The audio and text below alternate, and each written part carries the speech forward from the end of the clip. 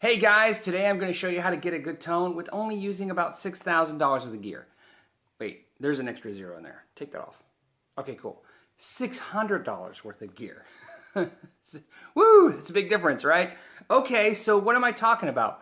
Well, what I'm talking about is that when I demo gear and when we talk about gear, know your gear, when we talk about how we use it, there's always an emphasis on the higher end price stuff. And the reason is because it's exciting. You know what I mean? It's more exciting to talk about a Lamborghini than it is to talk about, a Kia. It just is. So that's where its focus gets. But sometimes we miss the fact that we're musicians. And musicians are artists. And artists can't always focus on just the exciting parts of things. We need to talk about the actual craft and the art. So let's talk about a couple things. Today what I wanted to show you was to take some gear, some average gear that you find in every major store out there, and how do you get it to sound good? So let's talk about that. The Squier Telecaster with these Fidelitron pickups in it, just a three-way switch. This guitar was fantastic. Now let's talk about the amp and a couple things I want you to know about the Mustang series. First thing is the Mustang 3. Why did I pick the Mustang 3? Well, because the feature on the Mustang 3 that I've always enjoyed is the effects loop, and here's why. Two things you have to do, okay? So let me show you something. I'm going to take you to a setting. Let me take all this cool stuff off. I'm going to take you to a setting, and it's number 22. I have a saying on the Mustang series, all you do is 22, okay? So 22 is your clean. Now, I want to show you something, right?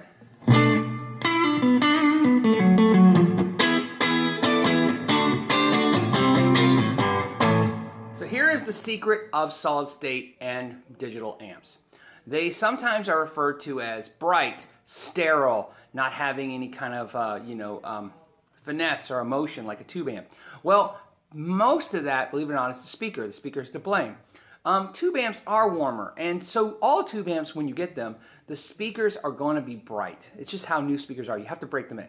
So what I'm going to do is I'm going to take this amp and I'm going to run it for about 4 or 5 hours straight. I'm going to put my looper, right, so you can hear, right? So I got some sounds in there, right? I'm going to run the sounds for about 4 or 5 hours and start breaking in the speaker. I'm going to turn the amp up pretty loud. I'm not going to crank it, but what I'm going to do is take it down. I'm also going to put the amp facing the floor, again, only because I don't want to make my neighbors crazy. And out of just no particular reason, paranoia, I kind of shove like a rag or something on the side of the amp just to let some of the wind that the speaker's pushing into the floor, go out. I don't think you could hurt your speaker, but again, I just want you to be aware of it. So we're going to break the speaker in. Let's check it out after the speaker's been broken in a little bit.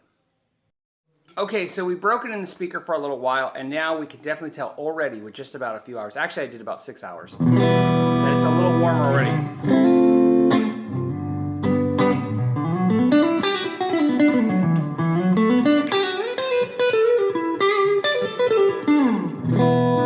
Softens up a lot. And again, the more we break in the speaker, the softer and smoother and more realistic this amp's going to sound. It starts out with a pretty harsh speaker. Now, the reason I say this is the reason why this is more of a focus is this. All speakers need to be broken in and they will help the sound for sure. But keep in mind that the less expensive the speaker, the more I believe this to be true. In other words, those speakers are tested even less before, and and sometimes you may have noticed you walked in the music store and played maybe one of these Mustang amps and thought it sounded great, got it home, not loved it. It's because you probably played the demo in the store that's had about 30 hours of play on the speaker, and you pulled one out of the box and it was too shrill. So break in those speakers. At least 24 hours of playing time is my recommendation, if that helps. Okay, so let's talk about this amp. So a couple things. There's a couple settings that I really like. Number 6 I really like. So let's go to number 6. Okay. Number 6, I think was voiced by Eric Johnson. I'm not sure.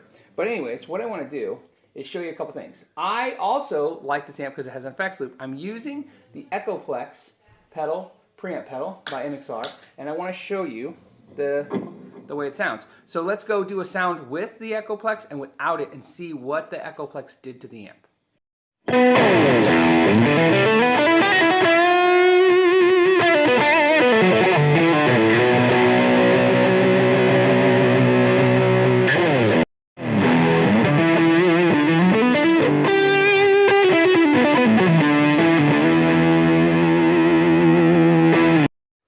Okay, so can we do rock with it? Let's try some rock. Let's get some settings in there. I'm going to use the Aussie rock setting on it. So check that out, and let's hear that.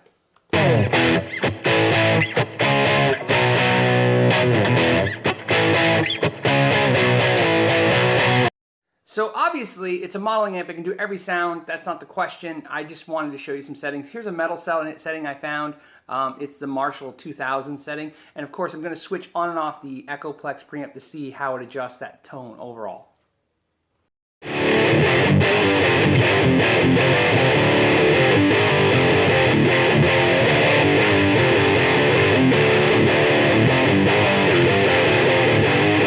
So there's another setting I use that has a tremolo that's really nice, and I'm using that in the clean, and I'm using the looper, and then I'm going to go ahead and strum the 70s British sound, classic sound on top of it, and you know, kind of strum that and show you how they mix with the looper in the effects loop. Again, I like using the effects loop on this amp very much.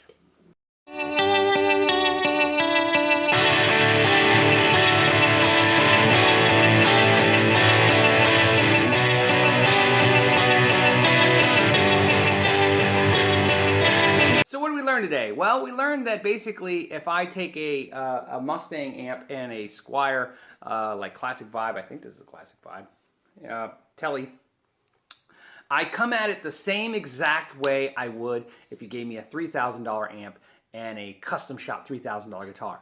I sit and I adjust and I learn it and I understand it. I really enjoyed the presets I was finding in the Mustang. I'm going to keep this Mustang. This is my Mustang. I bought this. I'm keeping this for a long time. The guitar I am borrowing, and the only reason is because I don't have room for every guitar. And it's cool, but I know it won't get the playtime it deserves, even though I really am liking it. This is the point of the videos every time. It's to review gear and let's get us out there and talking about gear, but mostly to show you guys that you need to adjust things and mess with things and keep going, right? I have a sound that I go for every time. It's the sound I like. If you guys like it, that's great. If you don't, I understand that as well. As always, guys, I want to thank you for your time. Make sure you check out that Know Your Gear Facebook page, you know, if you want to post stuff or questions or check out what I'm posting. And as always, thank you for your time and know your gear.